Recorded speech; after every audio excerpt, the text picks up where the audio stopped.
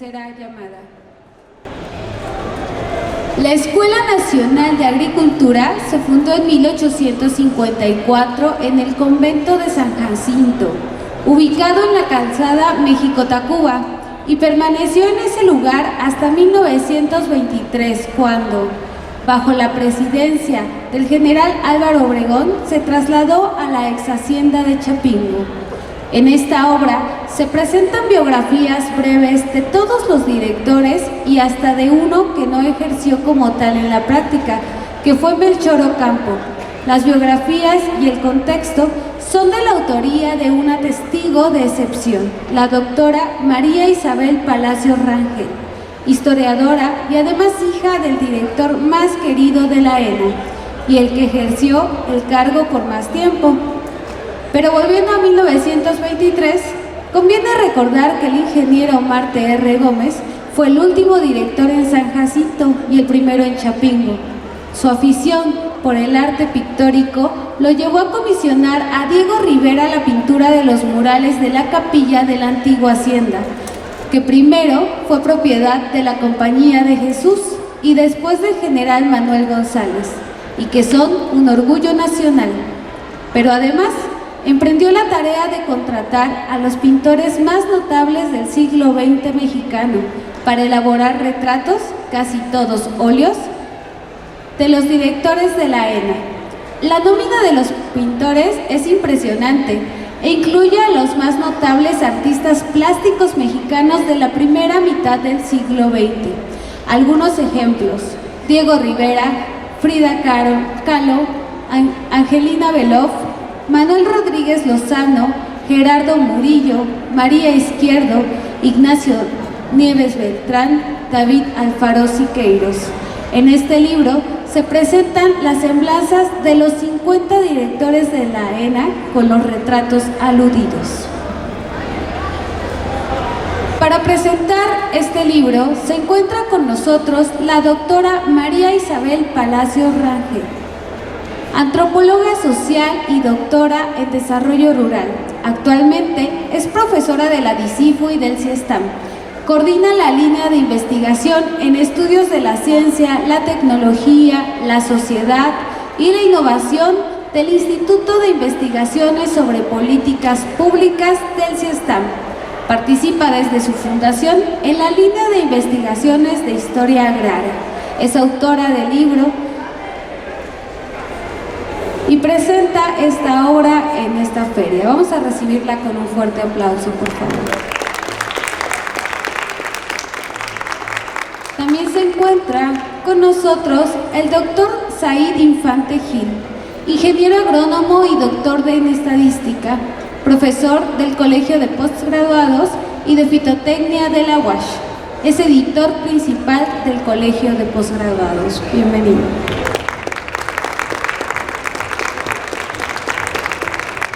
Y se encuentra con nosotros el doctor Jorge Gustavo Ocampo Ledesma, historiador y doctor en Ciencias Sociales, profesor de la Preparatoria Agrícola, del CIESTAM y de otras instancias universitarias. Es coordinador de la línea de investigaciones en Historia Agraria del Instituto de Investigaciones sobre Políticas Públicas del CIESTAM. Bienvenidos.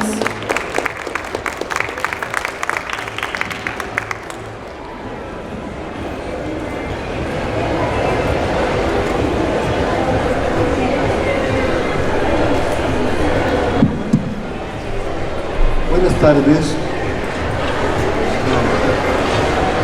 Como digo siempre que no convocamos a mucha gente a una presentación, pienso como Quevedo y Villegas, que dice con pocos pero doctos libros juntos. Así estamos aquí. Seríamos pocos pero doctos. Les voy a contar la historia de este libro, que tiene mucho que ver con lo que dijo nuestra presentadora hace rato. En 1984, bajo la rectoría del doctor Ignacio Méndez, que posiblemente sea, después del maestro Palacios, el rector mejor recordado de Chapingo, con una trayectoria académica impresionante, con una honestidad a prueba de todo. En ese año yo despachaba en la sala donde está la pinacoteca. Y en las muchas horas de vigilia y de desvelo, me ponía a revisar los cuadros. Y pensaba yo, es un pecado que estos cuadros, no los conozcan ni los alumnos de Chapingo siquiera. Creo que ni algunos rectores los conocían, por cierto. Pero bueno, hemos tenido rectores muy refractarios a cualquier manifestación artística o cultural, pero no voy a decir más. Vamos a dejarla aquí. Entonces yo pensé que había que hacer un libro con fotografías de los 49 cuadros, ¿no? Son 49 porque no hay el de Melchor Ocampo. Por cierto, ahí voy a contar algo. La viuda de Pablo O'Higgins tenía un cuadro de Pablo con Melchor Ocampo. Y como ya María tiene ya 95 años, lo quería vender para pasar sus últimos años más o menos. Yo hubiera querido que ese cuadro lo comprara Chapingo. Las circunstancias de la administración no me lo permitieron. No pude hacer mayor cosa sobre ese asunto y lo compró el municipio de Pátzcuaro y se lo va a donar a la Universidad Michoacana. Yo pienso, y te convoco, Jorge, pienso que deberíamos mandar a hacer una copia de ese cuadro. No costaría mucho, dándoselo a algún pintor de renombre que le interese la figura de Melchor Ocampo y sobre todo que le interese la Universidad Autónoma Chapingo.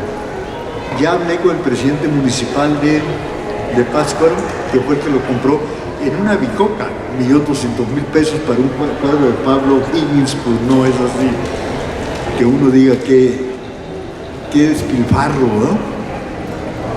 Vamos a ver si logramos que en el primer lugar de la galería en unos cuantos meses esté ese cuadro de Pablo Higgins, que tanto tuvo que ver con la historia de Chapingo.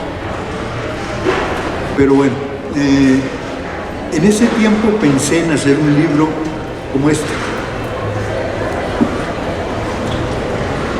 Me tardé 35 años, pero lo conseguí.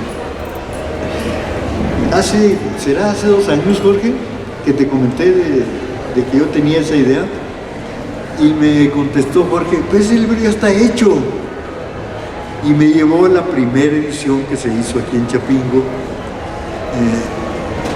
con las semblanzas de los directores, pero sin los cuadros. Le dije, no, lo que yo quiero es un libro, ya le dije más o menos, pero ¿para qué les cuento? Pues aquí está. Un libro que reprodujera en toda su... ¿Por qué no pasa el uno para que lo visualicen los sufridos asistentes? Digo sufrido porque tienen que aguantar a nosotros, que ya es mucho aguantar. Entonces nos pusimos a colaborar la doctora Palacios, el doctor Ocampo y yo en tratar de conseguir una obra como la que estamos presentando el día de hoy. Tengo que decirles que el distribuidor que tenemos en España, cuando lo vio, me dijo, no puede ser que en México se haga una impresión de la calidad de esta. Pues sí se puede, pues tenemos que saberlo buscar. Tenían la idea de hace 10, 15 años, cuando no había experiencia en México en hacer libros de tapa dura, porque se prefiere ir por lo más barato, y con buena razón. Pero ya hay en México experiencia en hacer tapa dura. Nosotros tenemos trabajamos con una imprenta que hace unas impresiones magníficas. Todavía cuando yo empecé con la colección de la Biblioteca Básica de Agricultura, mandábamos a hacer los libros a China, porque estaban bien hechos y eran mucho más baratos. Pero nunca me ha gustado traficar con la miseria humana, ¿no? Porque los libros chinos son baratos, pero ya saben a costa de qué. Obviamente de la miseria de la gente que trabaja en las imprentas. Yo siempre he pensado que a la gente que trabaja bien hay que pagarle bien. Tengo un repudio absoluto por la gente que trabaja gratis. Cosa que en Chapingo es bien visto, pero a mí no me gusta. Me gusta que la gente que trabaja bien cobre bien. Bueno, finalmente estuvimos totalmente de acuerdo, la doctora Palacios y yo, en que el libro estaba listo para la imprenta. Otra cosa que me dijo el distribuidor español, ¿y en cuánto lo estás vendiendo? 600 pesos. Me dice, no puede ser. Le digo, bueno, lo que pasa es que tú piensas en euros y yo quiero que los estudiantes de Chapingo lo puedan comprar. Y no solo en 600 pesos, con 50% de descuento. Pero que se conozca, que se divulgue. Lo último que les voy a decir es que este libro y todas las colecciones del Colegio Postgraduado están en este momento en 160 librerías de México, Centroamérica, Sudamérica y España. De manera que yo creo que el gasto que se hace, y dicen que es gasto, que no lo es, está plenamente justificado. Así que si lo quieren comprar, ya saben, 50% de descuento, a 300 pesos. Y le cederé la palabra a ti, ¿verdad? A la doctora Palacios. Gracias. Bueno, antes que nada, muchas gracias por su presencia aquí, por la presencia del doctor, para presentar el libro, por la presencia del doctor también para estar aquí y presentar el libro. Miren, una de las cuestiones que me pasaba a mí es que pues yo llevo mucho tiempo en Chapingo y a mí sí me tocó visitar la galería de directores y siempre había como una idea de que esos personajes que estaban plasmados ahí pues eran la expresión de lo que era la historia de la institución. Y eso de alguna manera era una idea que venía desde hace muchos años. Cuando yo empecé a investigar la historia de estos personajes, pues me di cuenta que por la filiación que tenían ellos, por la trayectoria profesional y por la presencia que ellos habían tenido dentro de la institución, estos personajes tenían también un papel importante en el diseño del mapa rural del país. ¿Y por qué digo esto? Porque finalmente la Escuela Nacional de Agricultura diseñó, planeó, forjó, formuló lo que sería todo ese diseño de la ruralidad mexicana. Obviamente, al ser una institución que formaba parte de las instituciones gubernamentales, pues tenía un papel fundamental, ¿sí? Y en ese sentido podríamos decir, una de las cosas que yo entendí al hacer el libro y al ver todas estas personalidades que habían estado al frente de la institución, era que la Escuela Nacional de Agricultura en su tiempo y en su trayectoria había tenido un papel fundacional de la nación mexicana, porque este era un país rural y en ese sentido, cuando estamos hablando de un país rural, las instituciones que tienen que ver con la política que se instrumenta en estos sectores, en los sectores productivos, en los sectores sociales, pues tiene mucha importancia el papel que ellas desempeñan. La ENA, como le decimos cariñosamente, no solamente tuvo ese papel fundacional, sino que se desarrolló en un entorno tecnológico que posibilitó de alguna manera que todo este desarrollo de la tecnología agrícola también se difundiera en el campo. Y entonces redimensionamos el papel de una institución y el papel de los personajes que forman parte de esa institución. Y esta idea así plasmada fue lo que, digamos, la lección de hacer este libro, ¿sí? O sea, uno construye el libro, lo piensa, lo sueña, lo elabora, pero cuando uno realmente llega a plasmar ese sentido que uno le quiere dar al libro,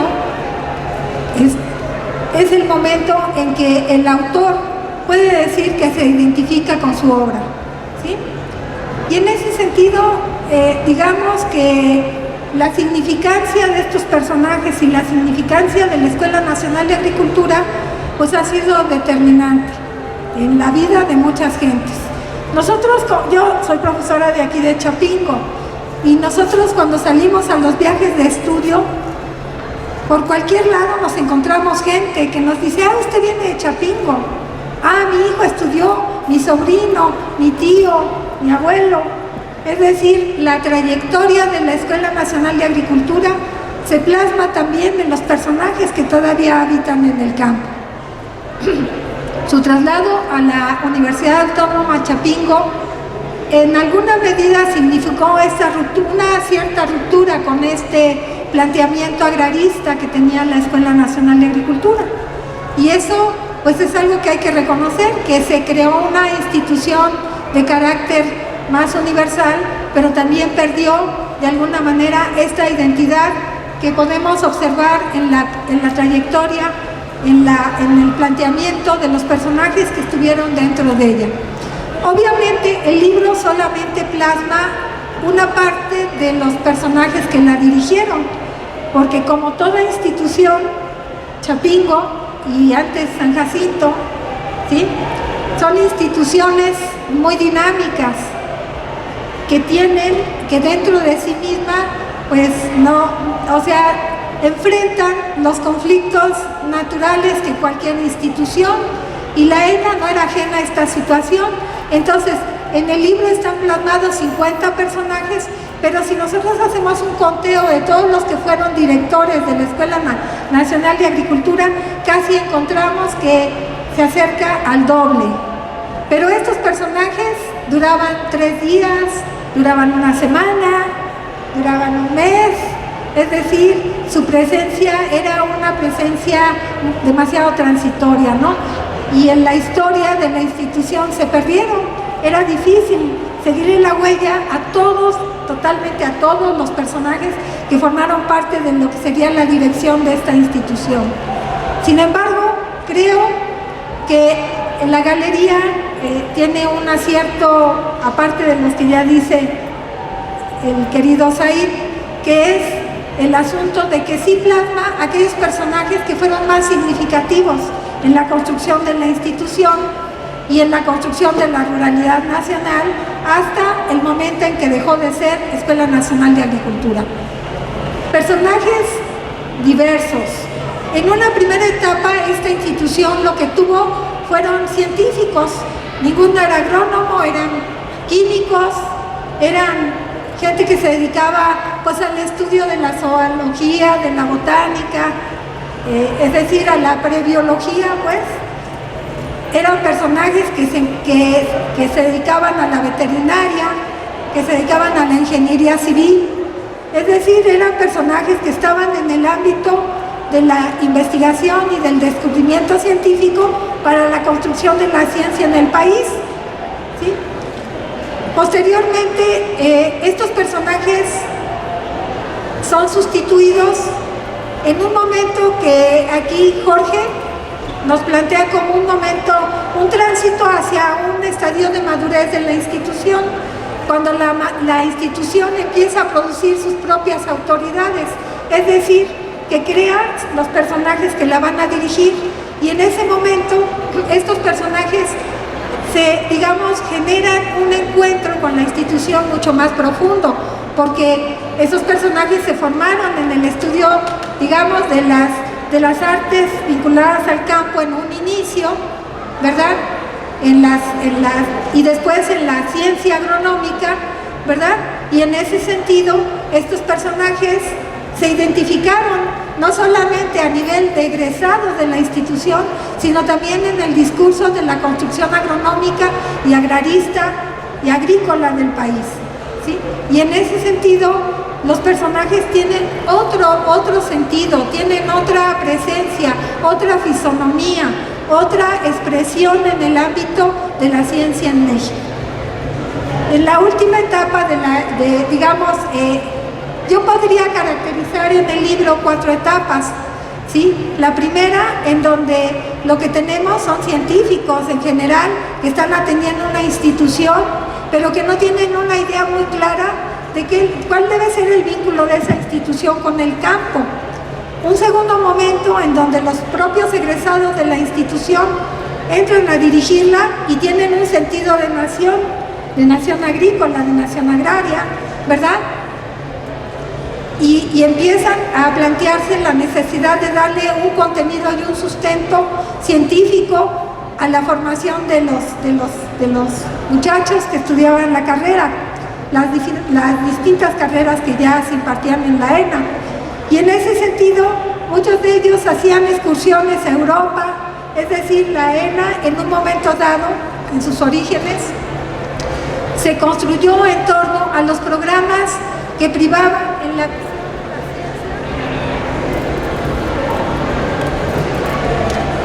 de la ciencia y la tecnología que regía en Europa y en Estados Unidos posteriormente. Y entonces los programas de estudios de la Escuela Nacional de Agricultura retomaban como paradigmas lo que se planteaba en estas instituciones, se traía aquí y aquí se estudiaba. Y entonces teníamos una rara mezcolanza, porque teníamos un país con una predominancia agraria, con una predominancia campesina, con un sistema hacendario ampliamente extendido a lo largo del país, pero con profesionales agronómicos que tenían el escenario científico de último nivel que se expresaba en las escuelas europeas y en la Escuela Norteamericana de Agricultura. Y en ese sentido, la escuela siempre estuvo muy vinculada con este escenario. En la tercera etapa, la escuela se despliega en su visión agrarista. Y esa visión agrarista lleva no solamente a los estudiantes, sino a los profesores a integrarse a las diferentes filas de los revolucionarios, de los diversos ejércitos revolucionarios, y entonces la orientación de la institución se genera hacia ese lado, ¿sí? Y hay una visión de construcción mucho más nacionalista, y hay una crítica a esa visión europeísta y norteamericana que había estado rigiendo al interior del discurso académico de la institución, ¿sí? Y en ese momento los directores de la Escuela Nacional de Agricultura son predominantemente de origen campesino. Son gente que por su fisonomía, por su forma de comportarse, por la orientación política que tenían, obedecían a esta visión. En la cuarta etapa tenemos la etapa ya de la Revolución Verde, donde tenemos ya a los doctores que integran a la Escuela Nacional de Agricultura, que son formados en universidades norteamericanas y que llegan aquí a la institución con los nuevos paradigmas norteamericanos de la agricultura, con una visión de desarrollo vinculada a otra condición, y entonces los directores se empiezan a corresponder de alguna manera a la visión de la Revolución Verde, de la ciencia creada para el desarrollo de la productividad, para el desarrollo, para llenar los graneros, como decía Norman Borlaug, aunque no para llenar los estómagos, ¿sí? Y en ese sentido, pues hay una trayectoria importante científica, hay un aporte interesante en términos de descubrimientos sobre híbridos en el maíz, sobre cultivos en triticale, en diversas áreas, y entonces se destaca la comunidad científica de la Escuela Nacional de Agricultura, ¿sí? Y entonces estas cuatro etapas que les narro, pues nos perfilan de alguna manera el asunto de por qué se puede decir que la Escuela Nacional de Agricultura sí tuvo un involucramiento fuerte con lo que es el mapa rural del país, y no solamente ese involucramiento, sino tuvo una visión de país y la proyectó a través de sus egresados. Bueno, un poco la idea del libro es plasmar esto, aunque el libro pues tiene sus limitaciones como cualquier semblanza, porque además es semblanzas institucionales, pero los entretelones que se pueden leer en el libro pues nos van a dejar esa idea de cómo esta Escuela Nacional de Agricultura, sus directores, sus personajes han estado involucrados en la historia agraria del país. Bueno, hasta ahorita diría eso y pasaría con Jorge y después pues seguiríamos platicando. Muy buenas tardes a todos. Es un gusto que estén personas muy queridas, muy cercanas aquí presentes, compañeros estudiantes, maestros y nuestro director del CIESTAM. Y efectivamente el libro lo ha narrado digamos, este acercamiento o este descubrirnos o relacionarnos entre lo que una aspiración que venía desde los años en los que el doctor Méndez estuvo de rector y el maestro Said estuvo de director académico, y el resultado de trabajos de investigación que realizamos en el CIESTAM. Para mí esta es una relación, digamos, provechosa, una relación afortunada. Cuando se aprecia el libro, como lo ha explicado Marisa, bueno, cuando hace uno una historia, uno tiene que buscar algunos referentes. ¿Historia de qué hacemos? Bueno, es la historia de la escuela, pero de cómo voy a tratar, cómo voy a construir esa historia. Y entonces para lograrlo hacer necesito hilos conductores. Y entonces los hilos conductores pueden ser diversos, pueden ser las luchas agrarias, las luchas estudiantiles, la presencia de destacados maestros, la formación científica tecnológica, pero en este caso se eligió a los directores de la Escuela Nacional de Agricultura en su semblanza institucional. ¿Qué quiere decir esto de la semblanza institucional? Quiere decir en su forma de vinculación con el desarrollo de la Escuela Nacional de Agricultura. No se trata de apreciar a un director por su trayectoria científica o política o militar, sino apreciarlo como constructor de la institución. Y este es el giro que le da el trabajo de Marisa, de la doctora Palacios. Marisa para los compañeros, pues, ¿no? Para la gente que la queremos. Y entonces Marisa trabaja ese tema a partir de ese hilo conductor. Y ya lo ha explicado ella, ubicamos 6 etapas de desarrollo que ha tenido la ENAWACH, pero como Escuela Nacional de Agricultura ubicamos 4 etapas.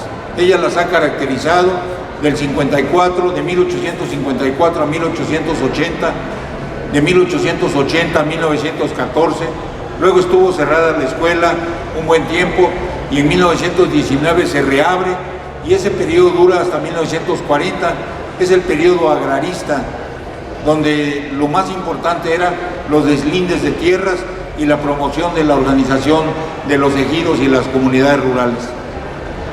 Pero para 1940-1977 es la cuarta etapa de la Escuela Nacional de Agricultura.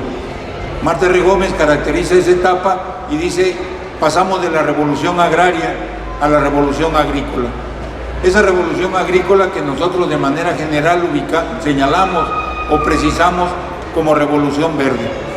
Pero es el momento en el que se estructura la fisonomía de la escuela tal y como la conocemos actualmente, con el centro de 5 carreras o de 5 departamentos de enseñanza, investigación y servicio: parasitología, suelos, fitotecnia, irrigación, y un departamento que era un departamento de apoyo y que actualmente es un departamento muy prospectivo, con mucha dinámica, que es el Departamento de Ingeniería Mecánica Agrícola. En aquel tiempo se llamaba Departamento de Apoyo en Maquinaria Agrícola.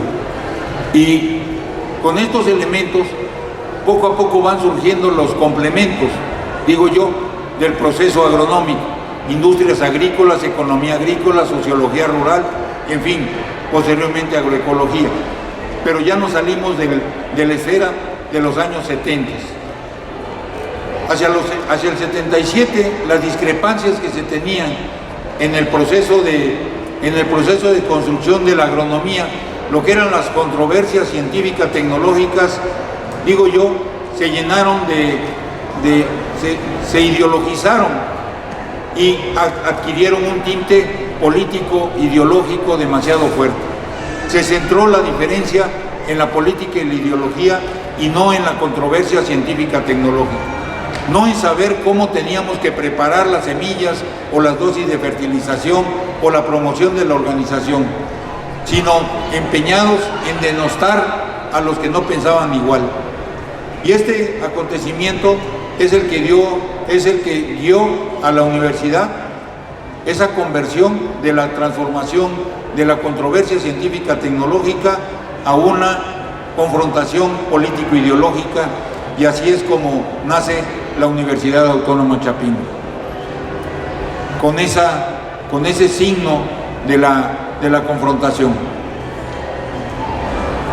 Cuando se hace la recuperación de esta historia, con la investigación de Marisa, pero ahora con la intervención de Said desde la editorial del Colegio de Posgraduados, bueno, lo ha explicado Said y ha dicho: miren, y lo están viendo ustedes, este es un libro bello, este es un libro hermoso, es un libro que vale la pena no tan solo conocer, estudiar, sino deleitarse con él.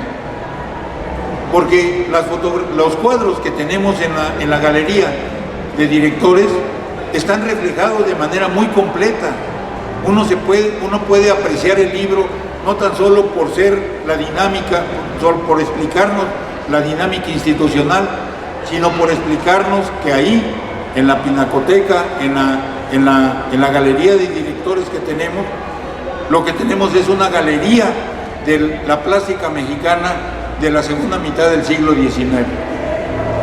Ahí está el doctor Atl, ahí está Siqueiros, ahí está Frida, ahí está Rivera, ahí están, bueno, Said ha mencionado algunos, pero son destacados pintores que vistos si cada uno de ellos es importante, tenerlos en conjunto es simplemente una joya extraordinaria que tenemos en la universidad y que estamos obligados los universitarios y nuestros visitantes a conocer de manera directa estas joyas, porque es la mejor manera de resguardar. Y cuando se hace de esa manera, no solamente se hace un libro, no solamente se recupera una galería de directores, no solamente se prepara una edición bella y se difunde a nivel mundial. Ya lo ha explicado Said, ¿no? ¿Cuál es la 160 librerías a nivel de América Latina y España? Y digamos, si le quitamos a eso, a las ferias del libro en diferentes partes del mundo, a las cuales Said también asiste, digamos, como uno de los promotores más importantes de estos conocimientos. Pero yo quiero decir que el libro deja de ser solamente un objeto y se convierte en un puente. Y uno dirá: ¿de qué tamaño es el puente, no? Es un puente entre dos instituciones. Cuando el Colegio de Posgraduados presenta esta historia de la ENAHUACH, está presentando su propia historia. Está presentando la historia que también le corresponde al Colegio de Posgraduados. Y por eso digo, este es un puente, uno de tantos puentes que tenemos que tender para recuperar nuevamente la unidad del gremio agronómico. Y en ese sentido, como historia institucional, se completa con la historia institucional que creo que está pendiente de los directores del Colegio de Posgraduados. Y es ahí donde entonces se abren nuevos espacios para poder seguir construyendo nuestros puentes de interacción. Bienvenido el libro, bienvenida a la acción del Colegio de Posgraduados en esta historia institucional chapinguera, bienvenido el Colegio de Posgraduados, porque este Chapingo es también Colegio de Posgraduados. Muy bien, Jorge, gracias por tu generosidad, porque yo siempre he compartido esta visión. Siempre he pensado que la separación del colegio y Chapingo fue un error histórico gravísimo, que nos perjudicó mucho a las dos instituciones. Pero bueno, esa es historia, vamos a hacer lo posible por recomponerla. Cuando uno oye hablar a gente tan informada como Marisa y Jorge, se le ocurren otras cosas, pero no tiemblen, no me voy a prolongar demasiado. Eso decimos todos los que nos vamos a tardar, ¿no? Seré breve, pues ya te tardaste más de lo que deberías. ¿Se acuerda uno, por ejemplo, de directores muy ilustres que están en esa galería? Obviamente don Marte, primero que nadie, que fue el de la idea de iniciar esa galería, y de la capilla, por supuesto. Recordé ahorita que leyendo las memorias de don Jesús Silva Gerson, se llaman Una vida en la vida de México, es un libro maravilloso que le recomiendo muchísimo a todos. Cuenta cómo venían en el trenecito, que ya no existe obviamente, y mucha gente le llamaba el transpulqueano, ¿no? Porque iba de Tlaxcala a la Ciudad de México llevando el pulque, y en ese tren viajaban Diego Rivera, la misma Frida a veces, Daniel Cosío Villegas. Imagínense qué privilegio de los muchachos que en 1923, 24 venían, como dice en mi tierra, bajados del cerro a tamborazos, a tomar clase con esa calidad de maestro, que además ni cobraban, ¿no? Cobraban 2 pesos. No había maestro de tiempo completo. Ahora sí, ¿verdad? Pero no sé si fue una mejora esto, pero bueno, es muy discutible el asunto. Yo tengo opiniones bastante herejes sobre este asunto de la profesionalización de la enseñanza. Y creo que las puedo decir, pues ya tengo, este año estoy cumpliendo 50 años de dar clases en Chapingo, pues alguna licencia me puedo tomar, supongo. Me quiero ir, pero no me dejan. A ver si con este rector lo logro. Pero imagínense que quienes venían en este... por cierto, les va a extrañar, pero ¿de qué creen que daba clase don Jesús Silva Gerson? ¿Tú sabes? De inglés. De inglés. Bueno, Daniel de Cosío podía dar clase de lo que le diera la gana, ¿no? Don Daniel era un personaje muy... ¿cómo lo calificaré? Muy singular. Me acuerdo ahorita de una anécdota. En 1970 y algo, don Daniel hizo un gesto hacia el presidente Echeverría, al que había criticado muchísimo, y lo invitó a comer a su casa a las 2 de la tarde. A las 2:10 no llegaba Echeverría, y don Daniel dijo: sirvan la comida. Oiga, don Daniel, pero el señor presidente no ha llegado. En mi casa se come a la hora que yo digo, no a la hora que dice el presidente. ¿Cuánta gente se atrevería ahorita a hacer algo así? Difícil, ¿verdad? Otros directores muy importantes, a lo mejor Marisa me corrige ahorita, pero en mis recuerdos personales son Emilio López Zamora, un egresado de irrigación, que fue el responsable del tratado de aguas del río Colorado. Hizo una defensa inmensa del patrimonio nacional. El mismo papá de Marisa, que fue un genetista de maíz muy reconocido, que uno se pregunta por qué nunca adquirió un posgrado, pero me lo aclaró muy bien Ocampo, por razones ideológicas. Los doctores venían de una orientación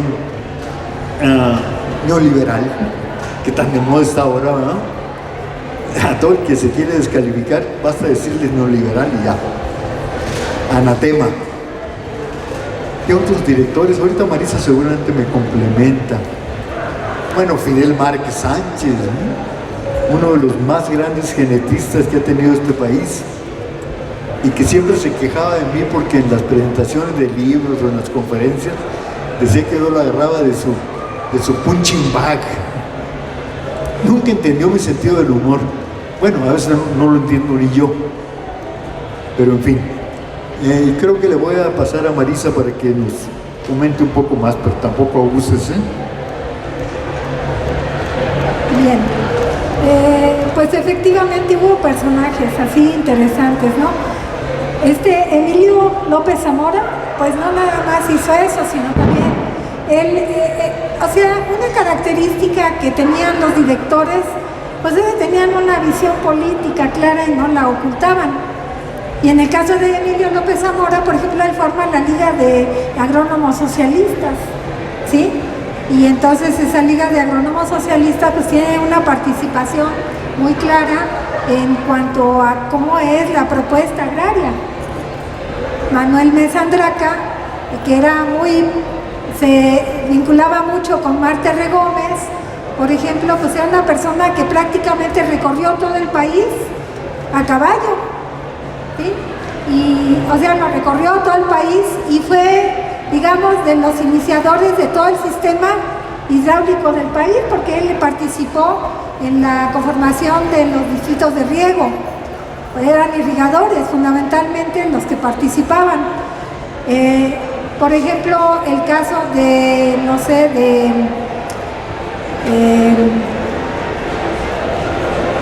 Marta R. Gómez, que finalmente, bueno, él se le puede identificar como el líder del gremio, porque él, digamos, fue director a una etapa muy joven. Él tendría unos 22 años cuando fue director. ¿Y por qué fue director a esa edad? Porque era en la etapa de la revolución, y entonces lo que pasó en ese momento es que se cerró la institución porque los estudiantes y los profesores pues se integraron a los diversos ejércitos agraristas, y en ese sentido Marta R. Gómez fue nombrado para darle sentido y seguir sosteniendo, aunque él también se fue y se integró a las filas villistas y todo esto. De todas maneras, él participaba digamos, en el sostenimiento de la institución, y de hecho durante la etapa revolucionaria pues muchos de los estudiantes que terminaron sus estudios y se graduaron, es decir, aunque de manera formal la institución cerró sus puertas, la misma institución siguió operando a través de un sistema, digamos, de lo que llamaríamos ahora de redes, ¿verdad? Y entonces la gente iba avanzando en sus estudios, venía, se presentaba, se titulaba y se regresaba a agarrar el rifle o el teodolito, dependiendo de lo que estuviera haciendo. Entonces, digamos que a lo largo de estos personajes que narramos en el libro, pues hay personajes claves en muchas cosas, ¿no? No solamente en el escenario productivo, sino también en el escenario político del país. Bueno, miren, yo quisiera invitarlos a que pues compraran la obra, que la leyeran, si gustan, que me contactaran, que la platicáramos, que la criticaran, que la discutiéramos, porque yo creo que hay una cosa que nos une a muchas gentes. No importa si somos agrónomos o no lo somos, lo que nos une finalmente es que amamos ciertas instituciones, y las amamos porque tienen una significancia en la construcción de nuestra identidad como país. Y en ese sentido, esa significancia que tienen estas instituciones por los efectos, por su acción, por su participación en esta búsqueda de la identidad nacional, hace que nosotros nos identifiquemos y lleguemos a amarlas profundamente, ¿no? Y yo creo que Chapingo es una institución que crea mucha asertividad, mucho cariño hacia la gente que estamos en ella, a los que hemos pasado mucho tiempo en ella también. ¿Sí? Bueno, entonces yo los invito a que, digamos, adquieran la obra y a que puedan ustedes comentarla y a que pues, me hicieran llegar sus comentarios para que pudiera corregirse. ¿Sí? La idea es que esto pues, es una transición, hay que construir también la historia de la universidad y la historia del colegio, ¿no? Como parte de todo esto, y la historia de la Narro, y la historia de todas estas instituciones del gremio agronómico que de verdad pues, han tenido una participación importante. Muchas gracias.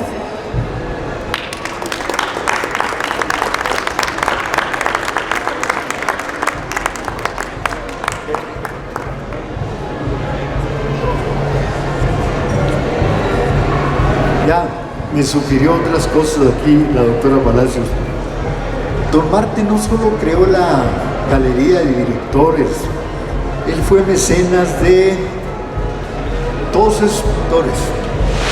Y una cosa que llama mucho la atención, en el epistolario de Don Marte que publicamos con el Fondo de Cultura Económica, seguido comenta que fue al estudio de Diego y vio un cuadro que le gustaba mucho. Y dice, si me alcanzan los centavos, lo voy a comprar.